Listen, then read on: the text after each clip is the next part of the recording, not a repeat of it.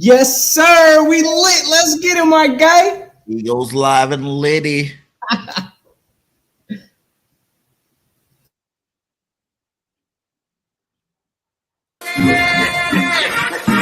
this thing up, bro. You already know what time it is. Live and lit. Let's get it, my G.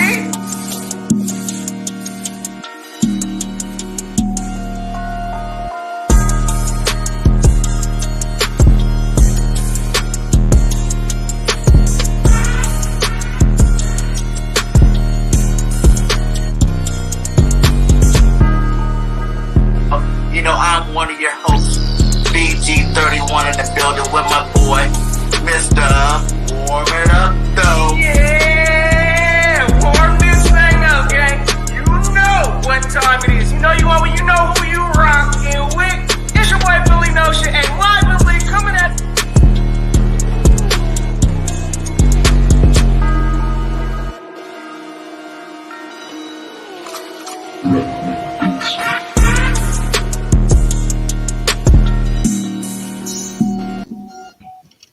Yeah, buddy. Yeah.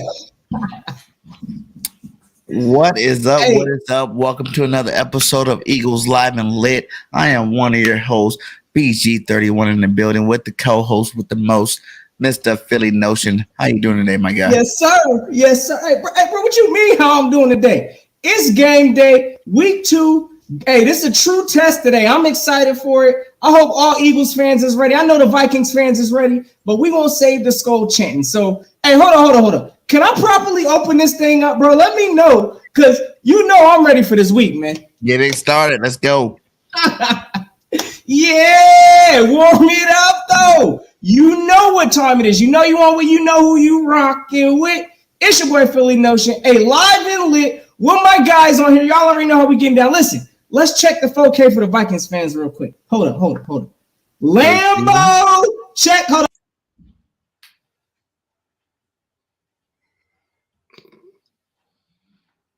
on. Uh-oh. Did he go out? In the middle of it all? We lost him.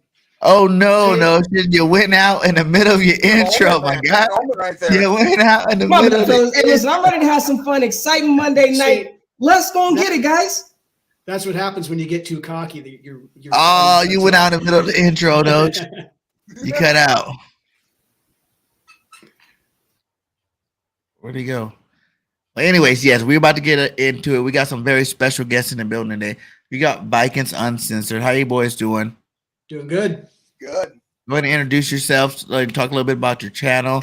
Give a little bit of glimpse of how you feeling about today's game. Okay. Away, Rhino.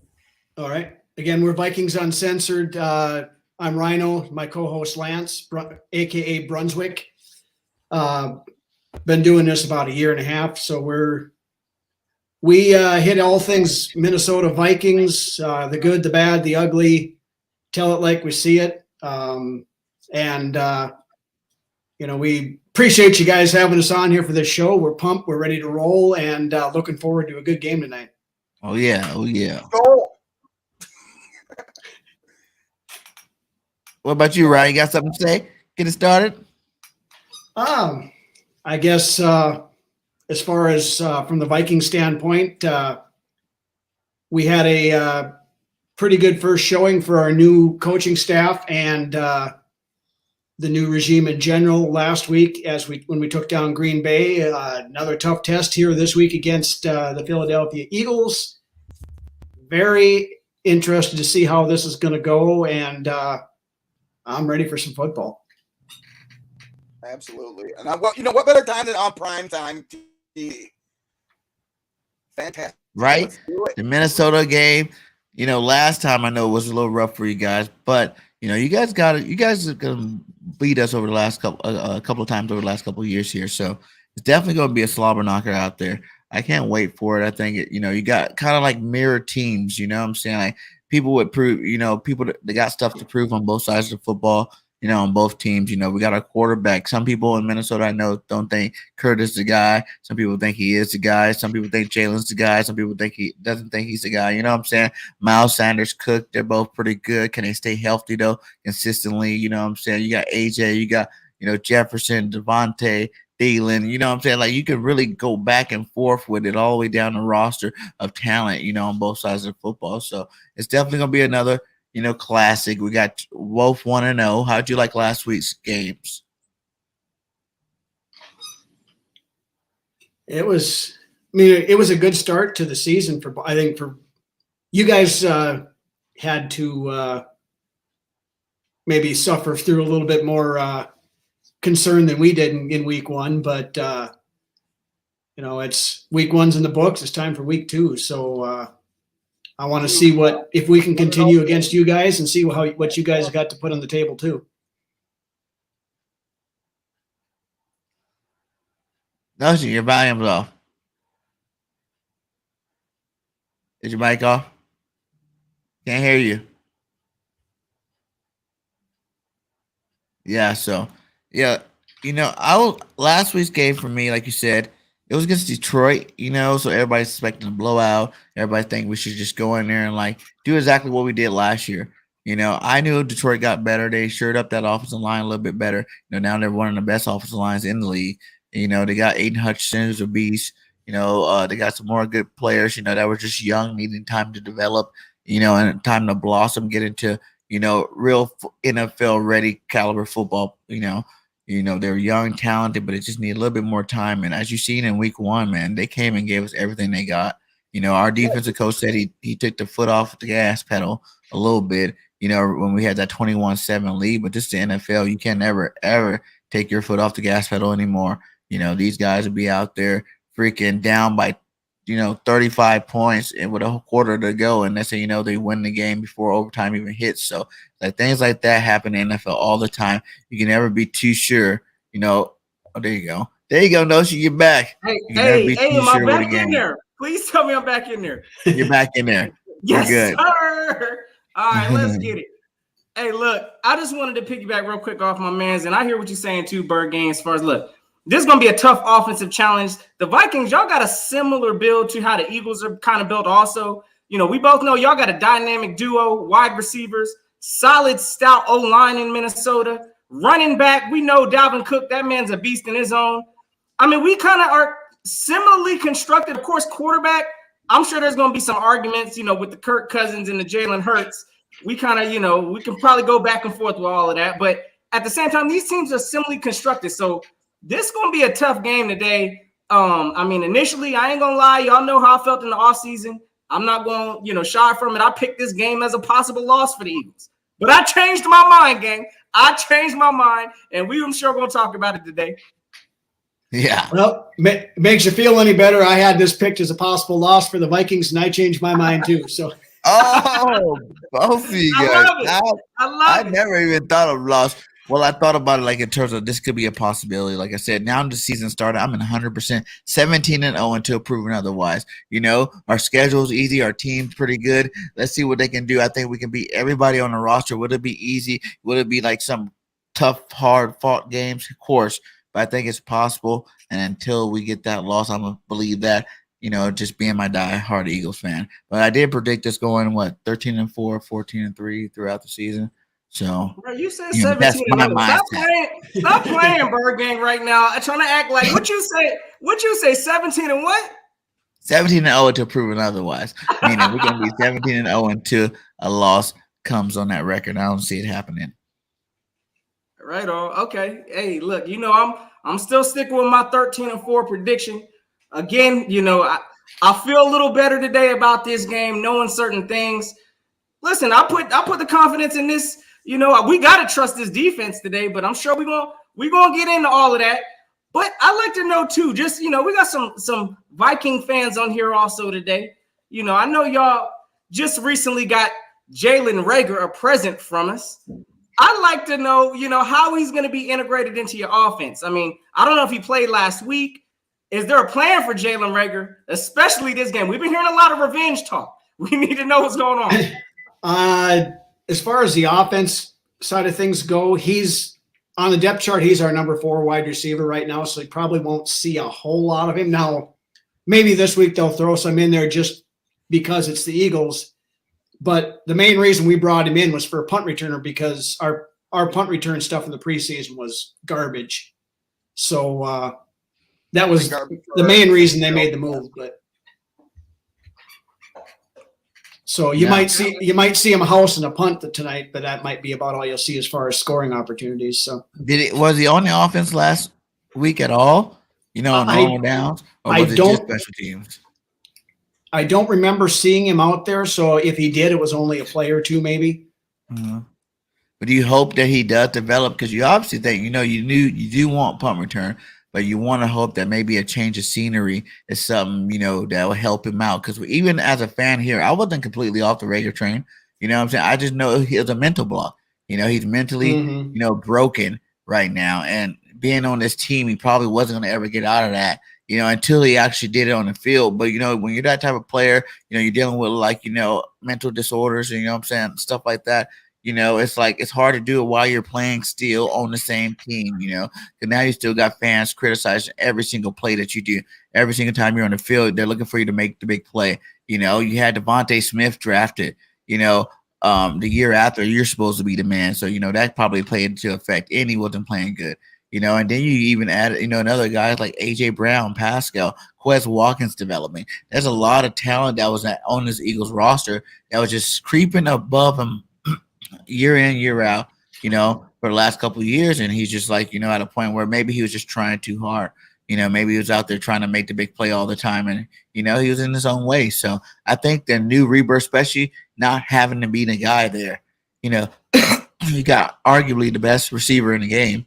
And Justin Jefferson, Thielen's no slouch. He's a beast still, you know what I'm saying? Osborne's a nice young talent. Like, you got weapons around him. Plus your tight end Smith, I really like over there. You got weapons around him. Plus Dalvin Cook, that's always opening up, room for him. For him to be that fourth receiver, maybe even slide in maybe into this, this third receiver spot. You know what I'm saying? Beat out Osborne. You're still a first-round talent.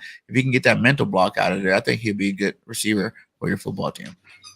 Well, and that's one thing too. We've got Keenan McCardell is our wide receivers coach, and our receiving guys that were with him.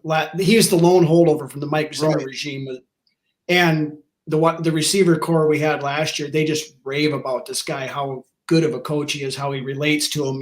He played the game forever. Yeah, a lot so of the players that played under him have raved about him as well. So I think I didn't hear you. What you say? A lot of the receivers that have played under McCardell have also raved about him as well. Pre-Minnesota, down in Jacksonville when he was down there too. Yeah, McCardell was good, and I'm pretty sure he probably could bring, that a couple of tips and pointers on how to get open in the league. He had a successful career. Hey, real quick, I just want to go and comment on my man Next Shift real quick, because I'm kind of in a similar agreement here. Listen. And I do hope that Jalen Reagor, again, this is a change of scenery for him. Hopefully he comes out there, he gives y'all the best that he's got. Hopefully not this game for sure. But at the same time, he was a first-round pick. He wasn't happy in Philadelphia. But if y'all really think that y'all got some kind of a punt return specialist, absolutely not. This man is good at fair catching punts. I mean, I think he might have had one return back. In his whole time he's been here, he's had a couple of good returns. One back to the house, for sure. If that's what y'all want to call exciting, again, I don't want y'all to be fooled like y'all are getting some, electric return specialist. Hopefully, you like my man said, your wide receiver coach can develop Jalen Reagor, but at the same time, I'm kind of with my man here. Y'all might be seeing a whole bunch of fair catching, muffin punts. Y'all might be saying quite a little bit of that. So we'll have to see. A lot of that has to go with the punt coverage as well, though. What happened, brother? A lot of that has to do with the punt coverage that's called during the play as well. As far as that is true. That's true. That's true. And the guy up top there was saying, the change of scenery is going to go a long way. He's not going to be expected to do as much at the receiver position. So he should transition well. And, honestly, anything would have been better than what we had here at punt returner. We had complete garbage for the last 3 years at punt returner. And I think with Reagor here and with him and his ability, and now that he can just focus on being a good return man, maybe that will go a long way for him to showcase his talent as far as that goes, and then slowly integrate him into the offense. Yeah. Like one of our loyal viewers, Doc Proto, just said, it popped up on the screen there. If you saw what we had at punt returner before we brought Reagor in, he is an upgrade. We'll put it that far. Yeah. Like I said, it's still young. He's still raw. You know, you can still mold him into something good. You know, even like guys that we consider some of the best. You know, AJ and Jefferson. Those guys are not even in their prime yet. You know, they haven't hit their prime yet. I don't think either one of them. They're still like what 23, 24 years old. You know, still growing, still developing. Wait till those guys are out there at like 26, 27. That's going to be the prime for both of those guys. That's when they're going to be dominating the league, like, you know, consistently every single year. So, you know, Jalen Reagor still got time to change it up, you know, and go a different direction, you know. But the mental thing will be tough, and it will be the biggest, like, you know, thing that can keep him in or out, you know, whether he becomes good, if he's just your punt returner all year long, or if he actually becomes on that roster and actually starts to make plays. I think the motivation for this week might even get them to the point where they might even try, you know, because, you know, every coach want to try to see what their player got, you know what I'm saying? Like, and especially a big motivational game like this would be a game he'll want to have good. He was just an Eagle, a month or two ago, you know what I'm saying? Like, he has that, you know, vengeance, I guess, in him to be like, okay, yeah, maybe we shoot a shot that way. Maybe he does make big plays this game. Maybe he won't do it the whole rest of the year. But against the Eagles, you know, tonight, it might be that one game you can get out of him. Hey, and if that's the case, we'll take it, I guess. But, you know, and maybe they'll have a few packages that they installed this week just for that, you know, just for that fact alone, just to get him kind of going, just to maybe see if he can get, you know, a touchdown grab, you know, and you can tell, you know, the Philly fans or whatever, you know, hey, I can do it, you know, whatever. But as far as offense goes this week for Reagor, I really, it's unknown. I don't think we'll honestly see a lot of him. So as far as receiver goes, more punt return, honestly. So honestly, I think that's, you know, this might be a segue into that, man. But, you know, talking about how both of these teams are coming out, at least defensively, you know, against each other's wide receivers, because we know the Minnesota Vikings, again, y'all have wide receiver talent. Justin Jefferson, that man is something else. Y'all, you know, unfortunately, the Eagles slipped. I'm still salty about that move. We drafted. We thank you for that, by the way. And you see, we gave you your gift back. We're like, hey, guess what? We messed up by not picking the right one. Here's the other one we picked too. Here you go. You get double the fun. Right? But at the same time, that's going to be one of the keys to this game. We know we got a coach here. You know, our philosophy that we preach heavy here is prevent the big play. Justin Jefferson is all love but a big play waiting to happen. So, you know, again, this is going to be a tough matchup. I'm curious to see. I guess I'll hear from you first, BIRDGANG. I'll jump into it next or something. But yeah, how do you expect us to cover it? Stop this Minnesota high-powered offense, brother. I would say it's just gonna have to come to our front seven. You know what I'm saying? Getting after the football. You know, Kirk Cousins. You hit Kirk Cousins a couple of times, he's gonna start buckling. You know what I'm saying? He gonna shake. He isn't one of those guys that I really worry about. The problem is you got to hit him, because when you don't hit him, he's pretty accurate. You know, I know last week he had, you know, they were saying that, you know, I had some other Vikings fans on there saying how he was really good, you know, under pressure last week when he had the pressure at him. That we got to get home. We got to get all the way home. You know, I think last week's defensive line and this week's defensive line might be two different defensive lines. And I know our defense is really hungry. You know, after we got one sack last week. You know what I'm saying? Like, we got a lot of good talent. We got a lot of good pass rushers that need to be out there hitting quarterbacks. And I think this is going to be the week that, you know, it was kind of good that we had that type of game against the Detroit Lions, because it kind of wakes you up and be like, okay, well, you know, not saying anything bad with the Lions, because I do think they're a lot better. You seen them play yesterday, had a great game yesterday, you know what I'm saying, to get off get their first win of the season. But to say that, you know, that, hey, you know, our defensive line played like shit. We're going to come back out there and we're going to play better this week. You know what I'm saying? And that's something scary to be said, because we know the talent that our defense gave. To give up how many points? We gave up 35 points. That's ridiculous with the talent that we have on that, you know, on that roster, on the front end and the back end. You know, I'm not really worried about Jared Goff, guys. 35 points for Jared Goff. He said the reminder. The reminder. Jared Goff, yes. Jared Goff, but Jared Goff still played good. He played good again last week. So, well, he could be in a good – he's a first-round talent, you know what I'm saying? He needed to change the scenery. They were blaming everything in the Rams on Jared Goff. They're like, hey, we didn't win a Super Bowl because of you. And, yes, he might have had this moments, he wanted to, but it's a team sport, like the whole team lost, you know what I'm saying? Like, it's not just one player ever. The whole team they didn't have what it took for that day to win the ring. You know what I'm saying? Had a hell of a game too. Swift had a hell of a game. Yeah. And it's like, I'm not saying that Jared Goff's like a top 10 quarterback or nothing. Don't get me wrong. But, every year you keep building more weapons. Imagine, I'm a USC fan. So Amon-Ra St. Brown's been doing better. Each game he's getting better and better. You know what I'm saying? I'm happy to see the young bull do that. They just got DJ Shark. Hawkinson's one of the best tight ends in the league, young tight ends in the league. You know what I'm saying? Like, they got a lot of talent. Swift, you seen what Swift did to us. He had 30, 40 yards on us against us. You know what I'm saying? Like, he can put those numbers up real big. His problem is health.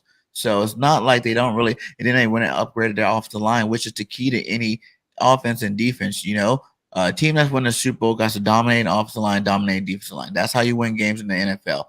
So it starts at the trenches. You know what I'm saying? Because that opens up everything. You have enough time to, call these awesome pass plays that, with integral routes. You know what I'm saying? If you got to get off the line, but hey, guess what? Your offensive line suck. All those plays you got to throw out the window. You can't use none of them because you won't have enough time to produce any of them. So, it comes with talent. Talent wins football games. Talent at the end of the day, you can be the best quarterback in the world. Look at Aaron Rodgers, back-to-back MVPs. You know what I'm saying? How many Super Bowls Aaron got? One. Like, he's the best. Like, one of the best ever to do it. But then even Tom Brady, like, he doesn't have as many, personal MVPs, I don't think. But, he has way more championships than anybody else. But that's a team. The team won Tom all those Brady's. All them pay cuts that he took, that it was to keep that team put together so he can win more championships. He knew he was going to make his money off endorsements and all this other stuff. And he was still making good money. It just wasn't number one money like, every quarterback wants to do every time they get a contract nowadays. And then they wonder why their team doesn't win Super Bowls. Even the young talents like the Patrick Mahomes, what's his name? What's the dude's name is Russell Wilson. Yeah, Russell Wilson. All those guys, they won it in their rookie contract. You know what I'm saying? People don't look at things like that. When they're young and they're winning these Super Bowls because they got a good team, they're on a rookie contract, the team has money to build around, and that's when they win. That's your little 4-year window. But usually after a quarterback get that top play, it's a wrap. None of the quarterbacks has won, Super Bowls after that. Too many unless getting that number one type money. So it's just like what you do, what kind of player you got on your team. Like, even for me, I'm like, damn, I want Jalen Hurts to ball out this year, but I also want him to take, a team friendly type deal. I don't want you to say, okay, I balled out this year. Now I proved it. All you guys doubted me. I'm the man now. Okay, I want number one money. Give me $200,000. $200 million or something like that. For a long time though, at a lot of positions. Yeah, I just hope that he gets a nice little, maybe top 10, top 50, top 12 type money. What will be the best paid for the top 12 quarterback in the league. And be up there, have a respectable contract. But come on now. It's about the team at the end of the day. It's not about one player. Next year, every year you're going to have a new team, and that team you're going to be cheering for and hoping they can win the Super Bowl. So, you got to be in the moment and excited about what's going on with your team right now and enjoy it. That's why I say 17-0 until proven otherwise, because until the season's over, I'm going to believe it. I'm going to want my team to win every single game, every time I watch it, because I am a super fan, and I love the players that we got this year. So it's going to be fun. Hey, look, I'm trying to figure out, again, I understand, this team has a lot of decisions to make here in the upcoming future. I honestly, again, I think this Eagles team, the way we're currently constructed, we are set to win now. I don't know how Vikings fans feel, but definitely I believe that this team, the way we're built, we're set to win now. We have a window that's here right now, and the Eagles need to try to take advantage of it. Now, I think this game, especially, that's about to come on tonight, look, we all know Justin Jefferson, I think, is going to be a prime heavy focus or target, coming from Kirk Cousins. One of the things we need to do is definitely get Kirk Cousins out of his first, second progression reads. He needs to go through his entire reading. Because if he can just lock in on Jefferson, it's going to be a long game for the Eagles. So, again, I think that's going to be a true focus from the Eagles. But I did look up something because we know a lot of people are concerned with this Eagles defense. Listen, Jonathan Gannon, our defensive coordinator, a lot of people bash him here in Philadelphia. Looking last year, this man only allowed 3 receivers for over 100 yards. Mm-hmm. So, I mean, for the most part, as much as we bash him, Jonathan Gannon's been doing okay with preventing the big play. I mean, those players last year, I think it was Tyreek Hill, Keenan Allen gashed us, and I think it was Cedric Wilson. Who? Yeah, no. Exactly. But at the same time, Jonathan Gannon has been doing a good job of limiting wide receivers to over 100 yards. So I'm interested to see how that's going to work today with Justin Jefferson, because I do feel like y'all are going to try to attack, with Jefferson, rightfully so. But we know Kirk Cousins is prone to making some, mental plays once he starts going through his read. So we got to get him out of his read early. Pressure is going to be the key this game, and that's what I think the defensive approach for the Eagles should be this game. But I'm curious to know, kind of what the Vikings, what are y'all going to do kind of to combat that, or what's the game plan, I guess, heading from the Vikings? Well, I guess the easiest way to look at how you'll probably see Justin Jefferson used is look at what the Rams did with Cooper Kupp last year. Kevin O'Connell was in charge of setting up the offense for the week when he was with the Rams, and just McVay called the plays on Sundays, but everything else was O'Connell. So even looking at the Super Bowl last year, when everybody knew Cooper Kupp was getting the ball, they would put him in the backfield. They'd put him in the slot. They'd run him out wide. They'd run him in motion, things like that. And we did that to a point last week against Green Bay to keep Jair Alexander off of him. And you saw some of those routes, he was open by 20 yards. So, it's as O'Connell called it when he first took the job, presenting the illusion of complexity to confuse the defense. So, also, Kirk Cousins is 6-3 versus your guys' Eagles as well. Are you going back to those Washington days too? Yep, that's his overall record versus Philly. Yeah, that's true, man. Like I said, who do you guys think? Let's go back and forth with this a little bit. Who do you guys think has the better quarterback and why? I'm gonna start it off. I'm gonna say we got the better quarterback just because we kind of know what Kirk Cousins is and what he isn't. We know how to rattle him or how we don't rattle him.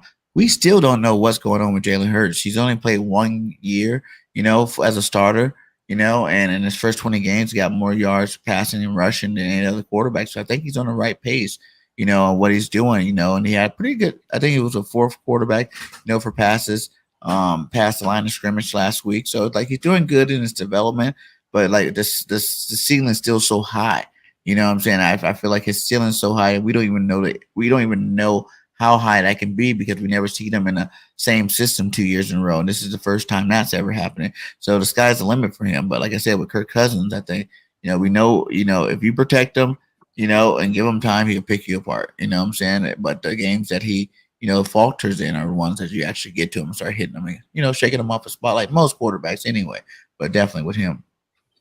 For me, as far as it goes, with having to pick a quarterback with who I'd want, at this point, there's too many question marks about Hurts for me as far as where he's going to be 5 years from now. Yes, his ceiling is high. Is he going to reach that ceiling? I don't know. Right now, you're right. We do know what we have in Kirk Cousins, and honestly, I believe in Kirk Cousins. There's enough there with the right play calling and the right scheme that he can win you a Super Bowl. So I'm not, knocking Hurts, but I want to see more from Hurts before I put him above Cousins, in my opinion. Yeah. I think the biggest thing that Cousins has won a playoff game. Hurts has not. So. But he went to the playoffs his first year too. Yeah. He willed the team. In my mind, I think can be made on both sides for sure. The biggest thing you see with Kirk Cousins, I think now, I mean, we saw what he was the 4 years that he was with Mike Zimmer, and those two hated each other. They didn't get along. Mike Zimmer had that. And having your coach hate you, honestly. Yeah. Mike Zimmer had that 1990s mentality: run the ball, run the ball, run the ball. You're not calling audibles. You're not doing that.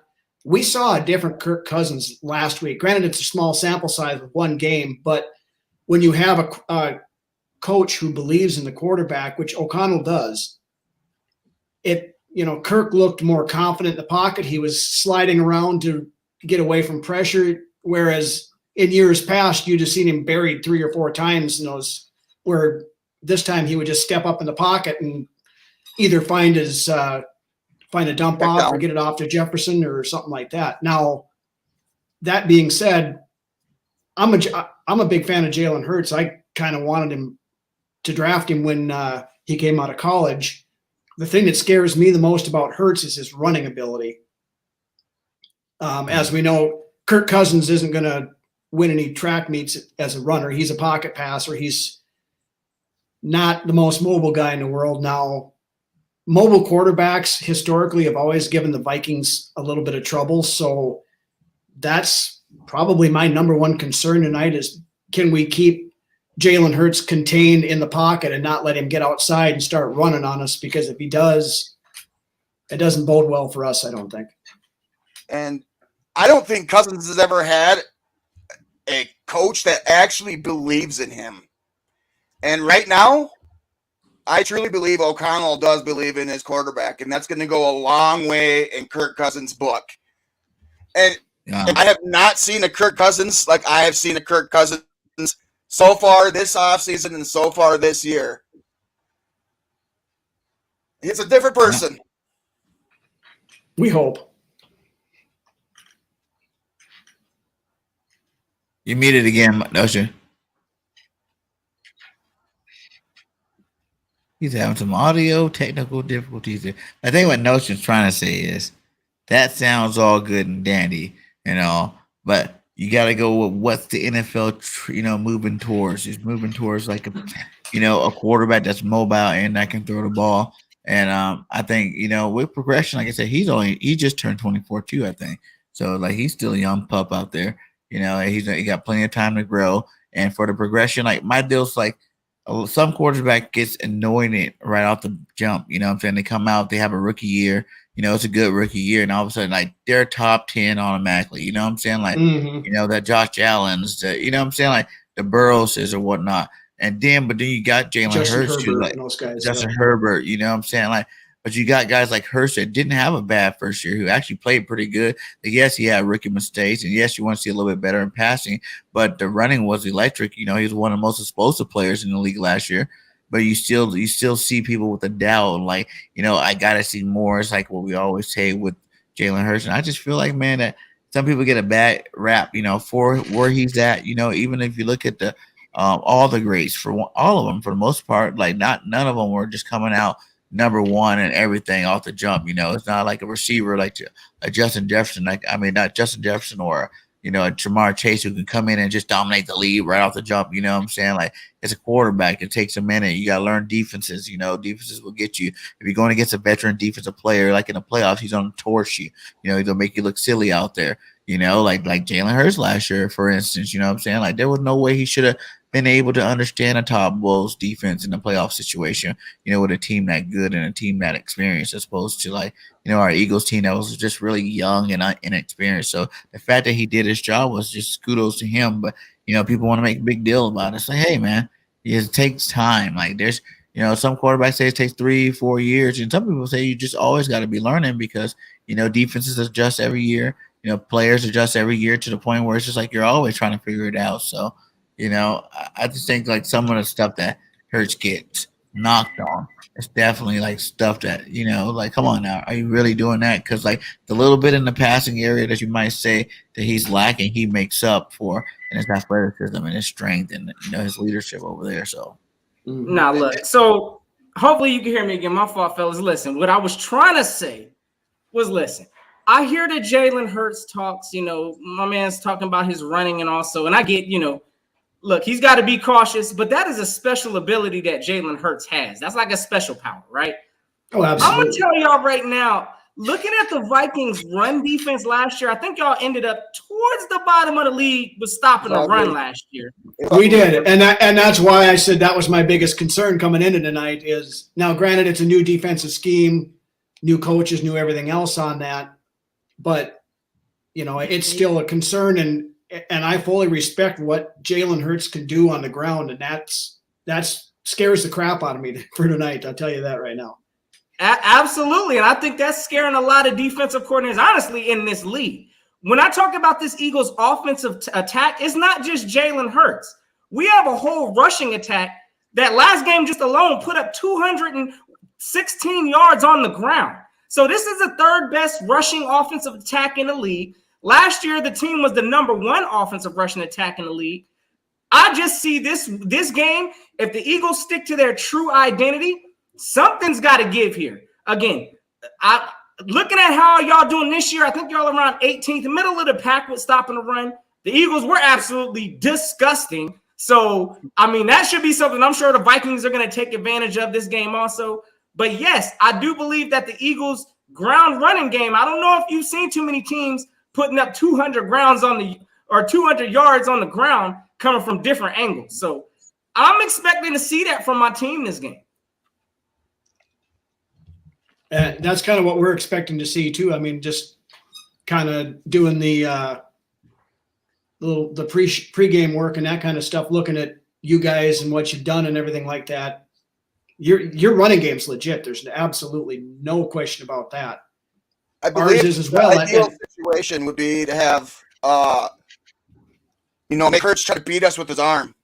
Ideally, would be the way I would game plan against him. So if Hurts could beat us with his arm tonight, you guys will win the game.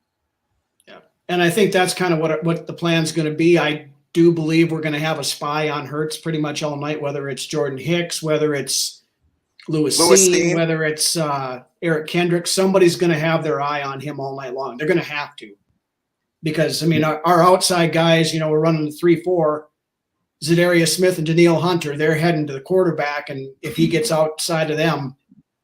But can you afford? See, that's the beauty of the Eagles. Even last year when we finally realized we were able to run a football, like I tell them, like we got an offensive line built to run the football. You know what I'm saying? You can go in a draft, you can pick whatever kind of offensive lineman you want. There's the tall, slender ones that are better pass protectors than run blockers, and there's the ones that are, big hogs that like to, run block, and then you get lucky and get like a Jordan Mailata, a Lane Johnson, and you got guys that can do both at a high level, But, usually there's a certain skill to it, but our line is built to run football. We got some of the biggest linemen in football. Mailata, I don't think there's another guy his size in the league. You know what I'm saying? You got Johnson. The only one that's really small is Kelsey. Landon Dickerson's a beast. You know what I'm saying? Like, you got these big hogs. And the reason why the Eagles, kept having linemen injured every year was because they kept trying to be really pass happy, and the more those guys are backpedaling, the harder it is on those legs. Men through over 325, 350 plus, you shouldn't be going backwards, never. That's just not a direction you should be going. And I think, last year we started seeing a little bit. We lost Brooks again, but you also seeing like not Brooks, Sayamala. And then you're seeing a young guy like Landon Dickerson step in there from Alabama, played at a high level. And you've seen that these guys can go forward. When we start running the football, that's when we start winning games. That's when we start putting, people on their back. You can try your hardest to stop. We went against 2 times, defenses that were top 5 and stopping the run. And we ran all over those guys. Everybody's like, oh, they're not going to be able to run on us. And we went in every random because it's not a choice. It's not, that's not an option. That's what we can do. That's what you built this line to do. It's just bulldoze over people. So no matter what kind of tricks and, what kind of players we get at the receiving core, it's like that has to be your bread and butter. And besides, like you said, if you put a spy on Hurts, who's going to stop AJ? Who's going to stop, Devontae? Who's going to stop Quez? Who's going to stop Goddard? You know what I'm saying? Who's going to stop, Miles and Gainwell out of the backfield? There's too many talent. Danielle Hunter will stop those guys. Huh? Zadarius Smith and Danielle Hunter is the medicine for that.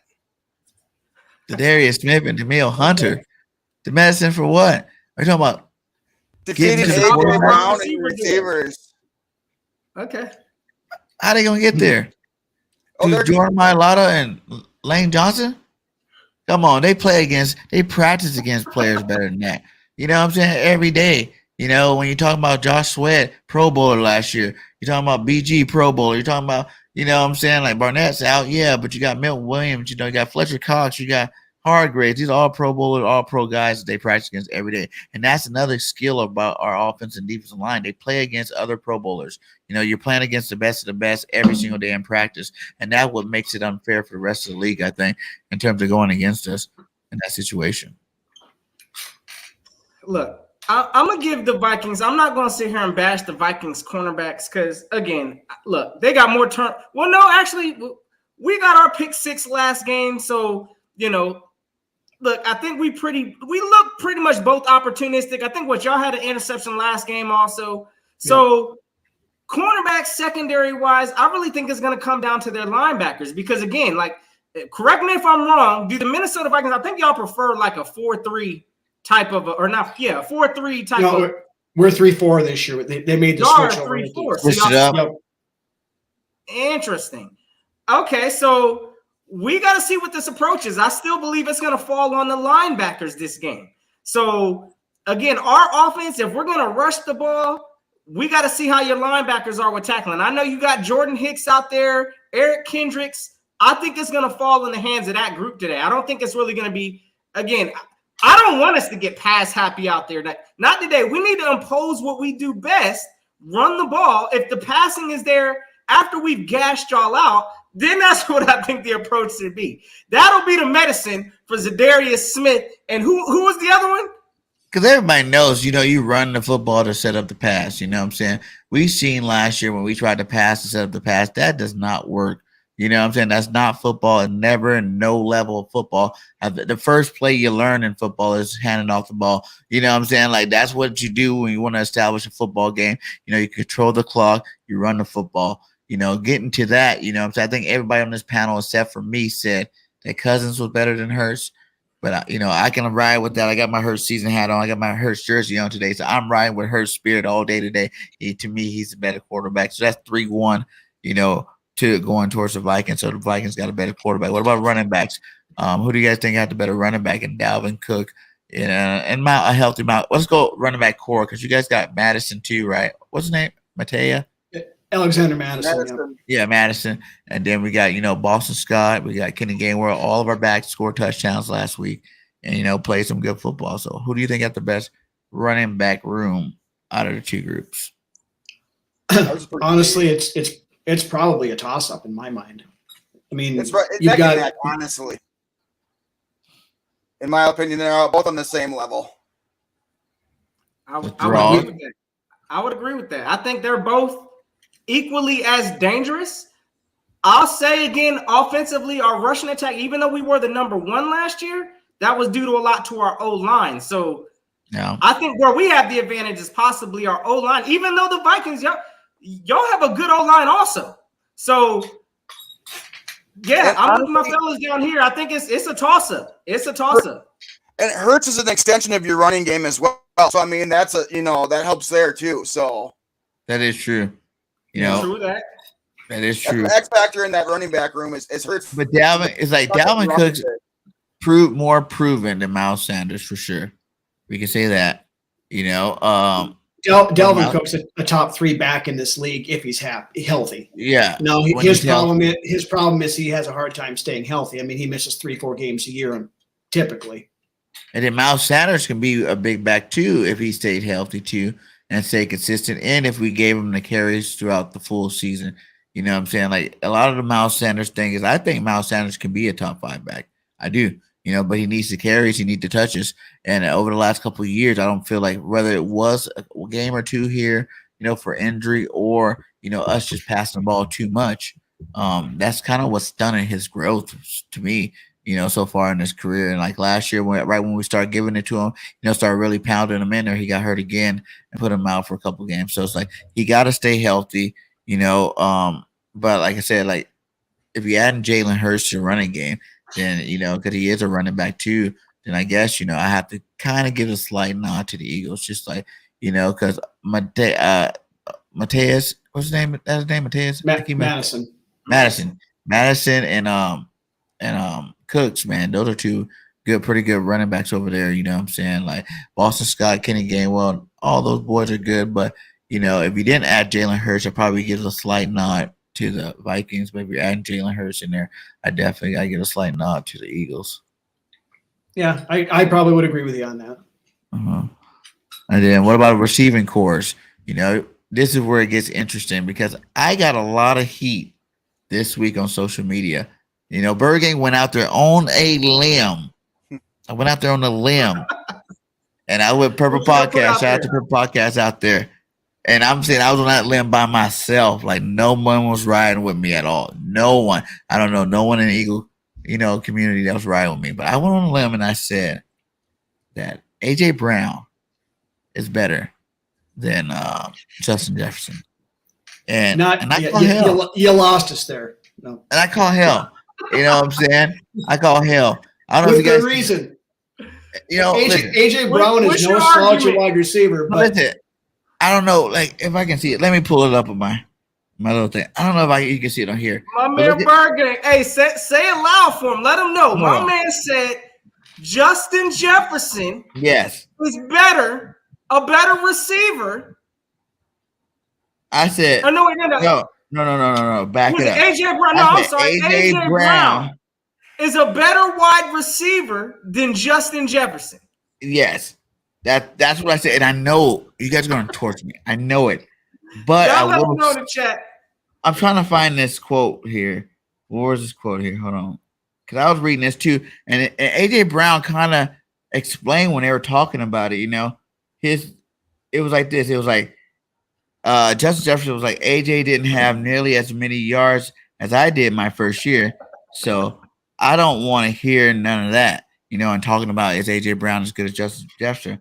But then AJ came back and was like, I'm a fan, no lie. You're doing 1,400 yards is great, but getting like 10 targets a game, give me 10 targets a game and look at my numbers, what it would be. So I feel like the only difference is, it is pick your poison because you got to realize back in the day, there was never really like one. We always there was one good person, but that was just like kind of choice. You had Randy Moss, T.O., what I'm saying? You had like 3 or 4 that all could be number one.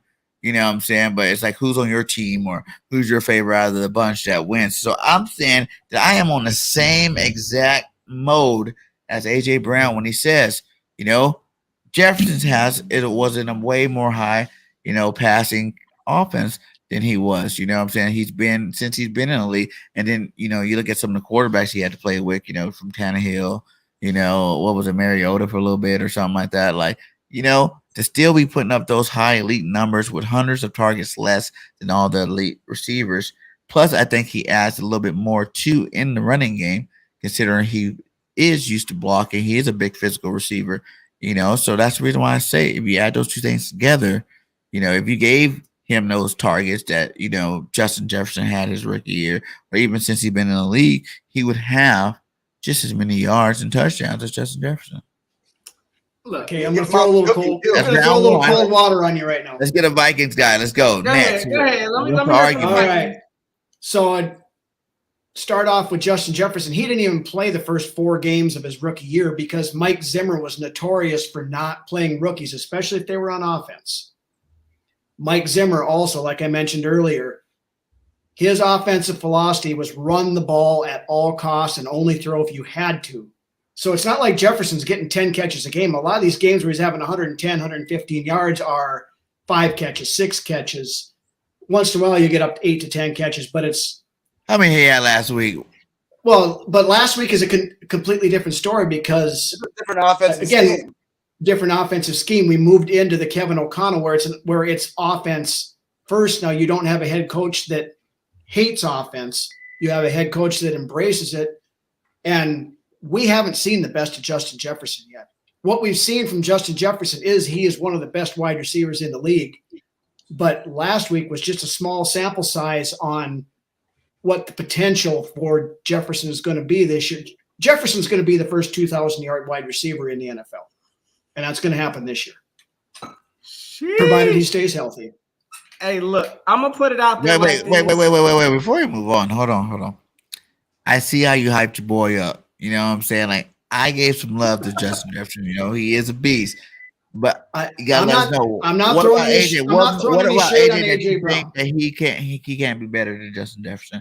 Like, in terms of all the qualities put together, he's bigger, physical. Like I heard someone say, like, Justin Jefferson's more of like a Devontae Smith. You know, they kind of got that. They get up separation. They get open. They're good route runners. You know what I'm saying? But AJ Brown's a whole nother type of receiver. You know, it's like comparing, like I said, T.O. versus Randy Moss. Who do you think was better? You know what I'm saying? Like, that's a hard one. You know, they both dominated. That wasn't hard either. Randy Moss. Moss was a better receiver, and with Randy Moss's attitude, if he would have had the work ethic of some of these other wide receivers, there would have been no question Randy Moss would have been the greatest receiver to ever play the game. And I'm not bagging on T.O. T.O. is a very good receiver, just like AJ Brown's a very good receiver. I like AJ Brown, I really do. I think you guys have a very good wide receiver. If he came to the Vikings, AJ came to the Vikings, the Eagles just trade. Okay, boom. Thielen and Dalvin Cook to the Eagles for AJ Brown. And now AJ Brown's with Justin Jefferson. Who's AJ Brown's your wide receiver? Who's the one and who's the two? Yeah, that's the one and who's the two?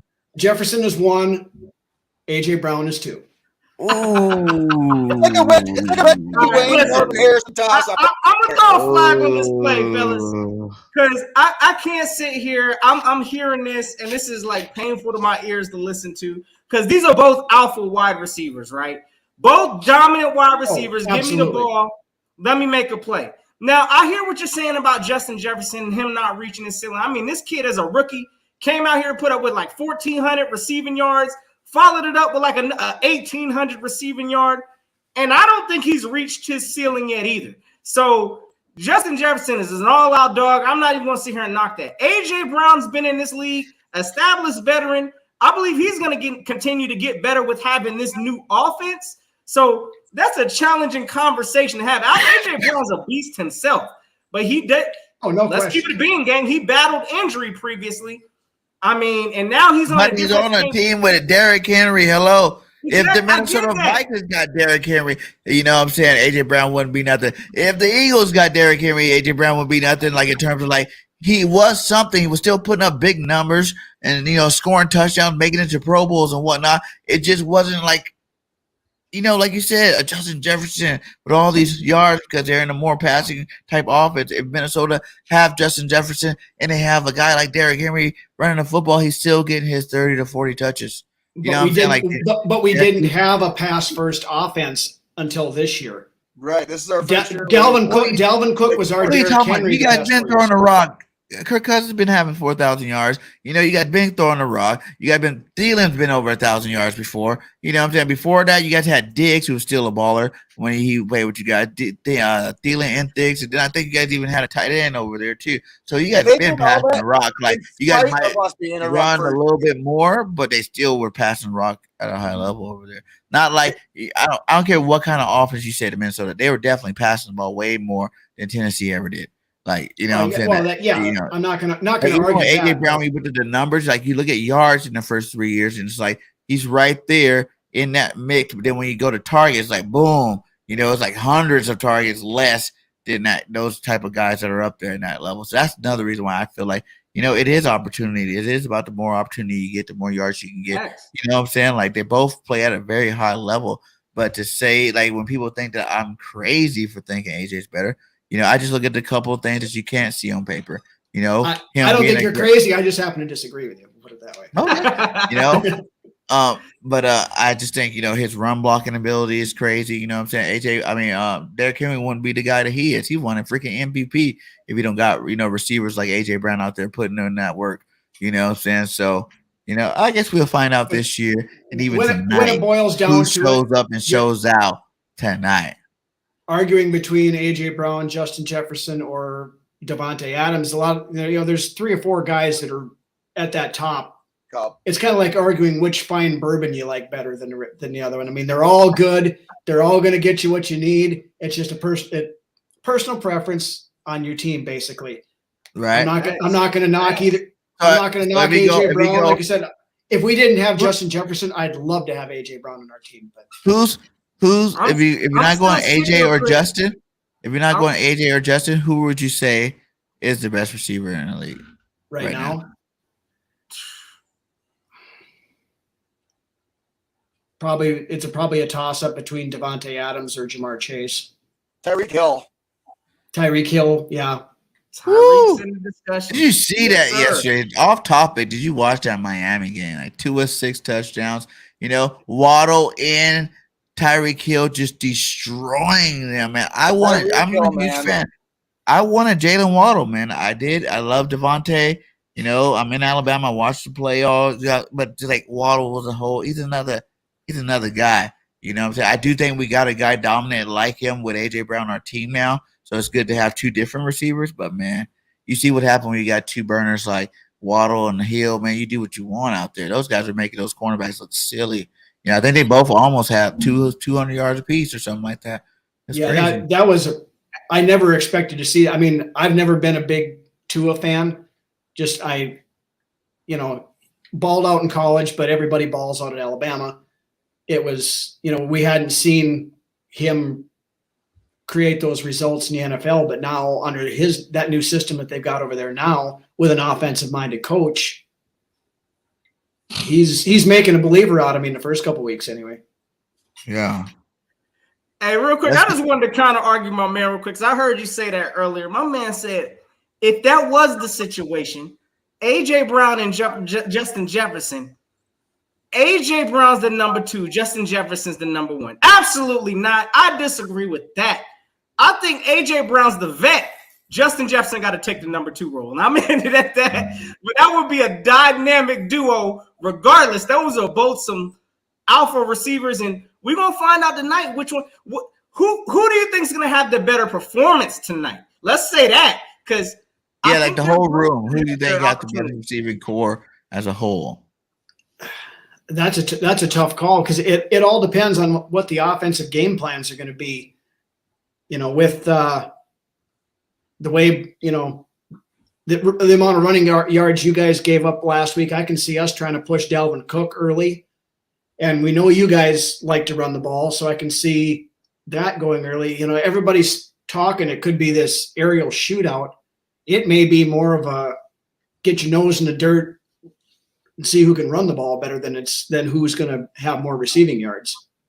I seriously think you guys are going to be doubling Justin Jefferson, which is going to open up Adam Thielen and KJ Osborne too. So it may not be the night that Jefferson had last week, but we have other options that can sneak in there and have a hell of a game if you guys are able to keep the wraps on Jefferson a little bit. I think that sneaky move is Reagor. Because I feel like, you look at Justin Jefferson against Big Play Slay, like you guys said, Big Play Slay over the last 2 years with us, he's been playing some of the best football he's ever played his whole career. And like you said, there's only been a couple of guys that went over 100 yards on him. You know what I'm saying? When he's guarding them, there's only been a couple of guys. Like, I know you guys like to move him around. Justin Jefferson last week, he was never really even on Jair Alexander. He was never really even covering that much of the game because they move him around a lot. They get him, off the spot where he's not on the number 1. But like, even if you go to number 2, Bradbury, first pick 6 last week, Pro Bowl receiver, cornerback, he's another good cornerback that's out there that's still, kind of young, that's been playing, better football. Last year wasn't his best because of the, Giants was horrible, but, he's still a good cornerback out there. So, and then you can look at a guy like Maddox, who, if you do throw him in the slot, Maddox should have been to the Pro Bowl last year. Like, I feel like he had a great year. You know what I'm saying? He shut down things over there. We got some good safeties and Epps. And then the dude we just got, Chauncey Gardner-Johnson. That's another beast out there that like to lay hits and stuff like that. That's, got that cornerback / safety experience. So, I think that's something rare in the league to have so many good, talented covered guys in your secondary. Not very many teams can say that they got 2 Pro Bowlers on the outsides. You know what I'm saying? Like, and for us to have that, I think that's an advantage that we have against, most teams too. You know what I'm saying? Like we said, like it takes talent to win. You got to have 4 good receivers, 5 good receivers, 2 good, running backs, 2 good, sometimes 2 good quarterbacks, to even win the Super Bowl like we did, with Nick Foles and Carson Wentz. So it's like, you got to have that depth and it has to be strong. And, I think that our receiving core is looking pretty good there. In that area, we got a little bit of everything that you need, and we got a bunch of hungry guys trying to, capitalize on being the best at their position. Like all of them think they can be the best. Quest thinks he can be the best. He's waiting for his time to shine. He wants his game where he gets his 10 targets so he can show you, what he can do out there with that kind of like speed. You talk about Tyreek Hill. There's only one football bird game. Hey, one football.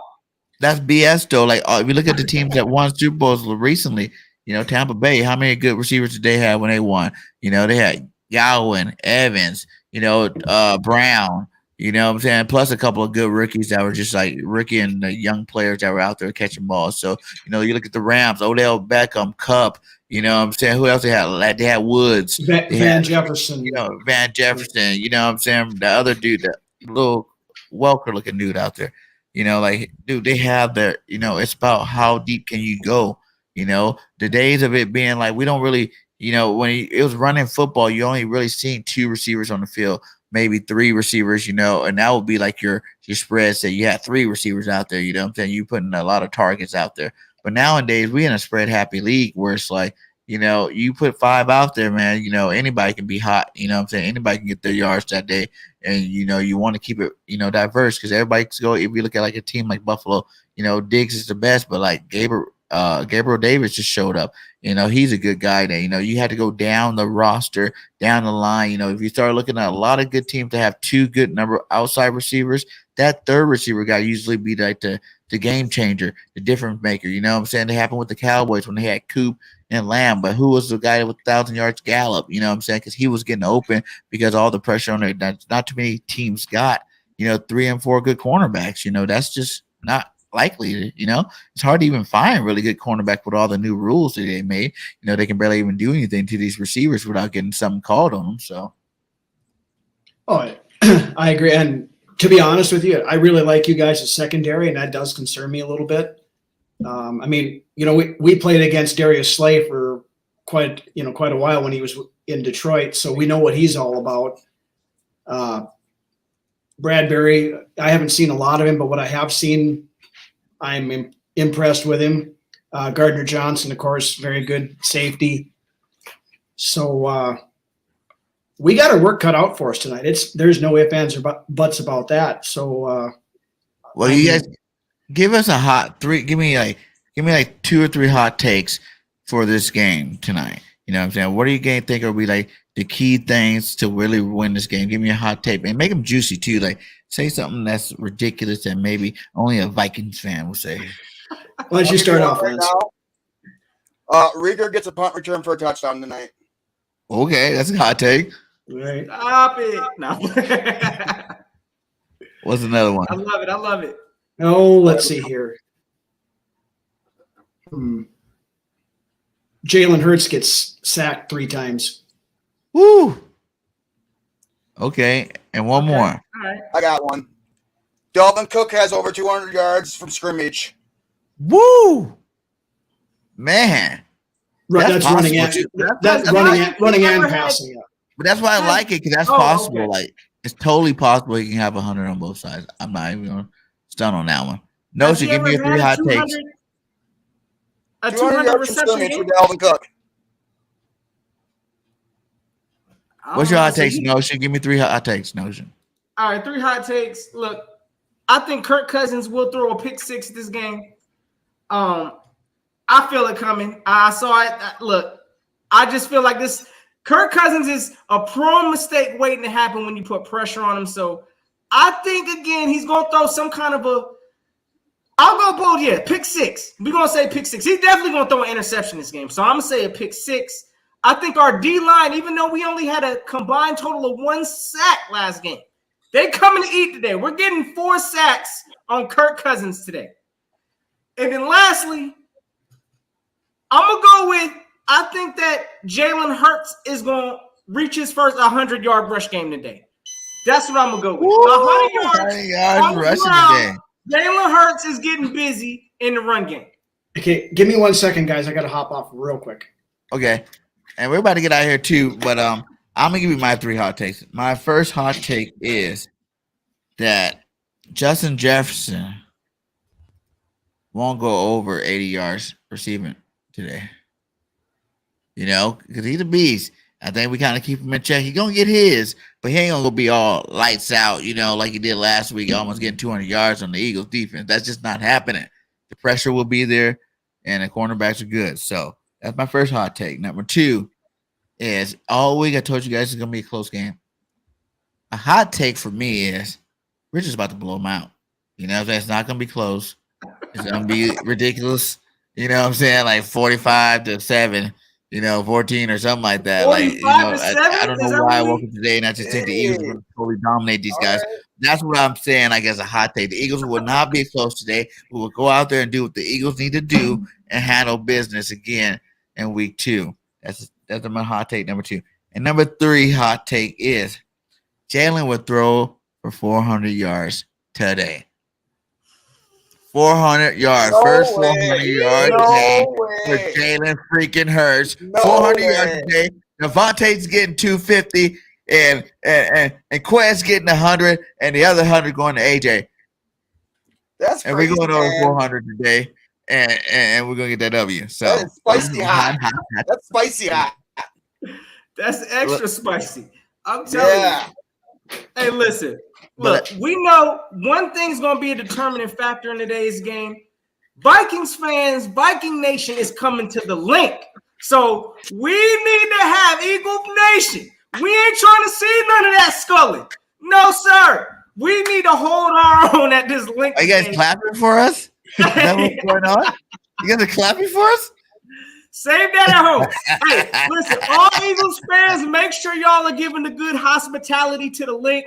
Last time we was in the Vikings home, we got us one of these. So we need to make sure we're being good to the Vikings fan in-house today. But we need to bring that energy, and we need to get this thing rocking today. So, hey, BIRDGANG, close us out, man. Let them know the stuff, bro. And you already know. I'll send us out when you're ready, brother. Yes. Hey, guys, before we get out here, I need score predictions. Let's go. Start with you. Brunwich. Hey, you want me to kick it off? No, hey. We'll let them go. Philly Motion first. All right, okay. Cool. All right. Look, score prediction. I got the Eagles winning this game 31 to the Vikings 28. Close game, but y'all holding that L today. So let's go, Eagles. Fly, Eagles, fly. Go, Birds. Let's get it. Right. All right. You're close on the numbers. I got Vikings 31, Eagles 27. And the Skull chant will be running through the link at the end of the game. Oh, wow. Let's hit another one. I'm going to go 24-17 Vikings. See, that's respectable. I like that.